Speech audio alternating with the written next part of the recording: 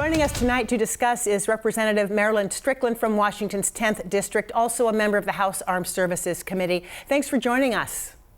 Thanks for having me here today, Joyce. All right, coming out of today's briefing, what is your understanding of the administration's objectives in Iran? So the briefing that I just had was classified, so I'm not at liberty to discuss it. But I think you've read the reports in the press, right? We woke up to this on Saturday, and this attack of the Islamic Republic Guard of Iran, not to be confused with the general public in Iran, took place without the consent or notification of Congress. And I think that's the issue at the heart of this. And then are lawmakers talking about this as a short-term operation or preparing for something more long-term?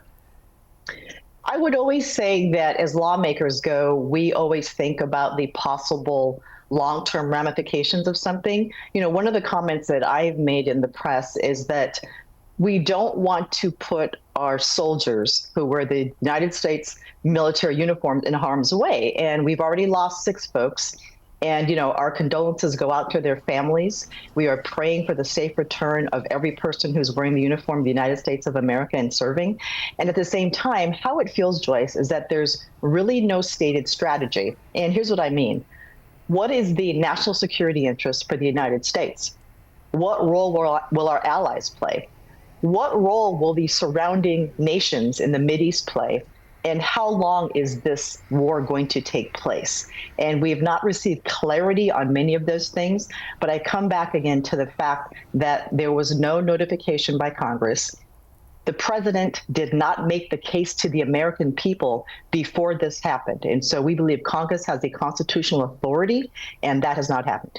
And you talked about the 6 American service members who've already died. What should military families here in Washington expect in terms of possible deployments? And what about boots on the ground there? Has that been ruled out, or is that a possibility? So I would say that in any war scenario, boots on the ground always remain a possibility. And if you look at the number of ships that have moved over there, the number of aircraft, there's something big afoot. But I would also point out, too, that warfare has changed, right? There's technology, there are drones, there are many different ways we conduct this. But at the end of the day, we want to make sure that the case is made clearly to the American people about why this is necessary. And Joyce, I will add this. The Islamic Republic Guard of Iran has terrorized, murdered, and taken away the civil rights of the Iranian people for decades now, almost 50 years. We're not denying that. But if the United States is going to strike, if we're going to deploy troops, there has to be the case made to the American people, and that has not happened. And you talked about drone strikes. We've seen multiple U.S. targets hit across the Gulf region, including 3 U.S. embassies. 8 Arab states are reporting strikes by Iranian drones. Airspace is closed across 6 countries now. So Right. Has this already become a regional war? I mean, I think that striking the Islamic Republic of Iran was going to become a regional war. And here's the thing about the region. It is already unstable, and we believe that this is going to cause more instability, and we will have the Islamic Republic Guard retaliate in ways that may be disproportionate. So again, you know, if you're going to make the case to go to war, come to the American people, come to Congress. Let us have a thorough debate about our national security interests, the role of our allies, what it's going to do to the Mideast. And the bigger question, I think that you asked earlier, Joyce, is this going to be a long-term situation? The last thing that the American people want is another long, drawn-out, protracted war in the Middle East. So we need answers because the American people deserve it, and it's our constitutional duty as members of Congress to get that information. You know, as a result of America's and Israel's strikes on Iran, at least 700 civilians have been killed, according to Iran. So have you heard anything about casualties there?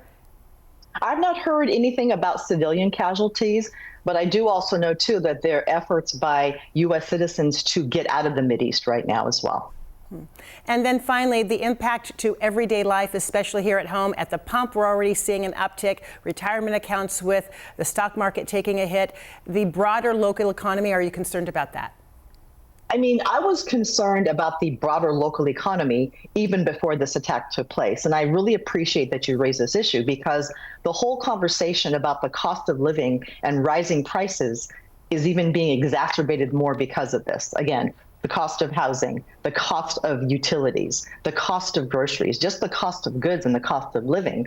And in some cases, this war that is happening right now is absolutely important for us to understand the reason for it and the justification, especially if we're going to put U.S. lives at risk. And at the same time, let's not forget that this administration caused an economic crisis. We now have a healthcare crisis, and the American people are still very in tune with what's happening there as well with the economy and how it's affecting their pocketbooks. Including the cost of health care. So many issues that the Americans are concerned about right now. Congresswoman Marilyn Strickland, we're out of time. Thank you so much for being with us, and we hope to talk with you again very soon. Thank you so much, Joyce.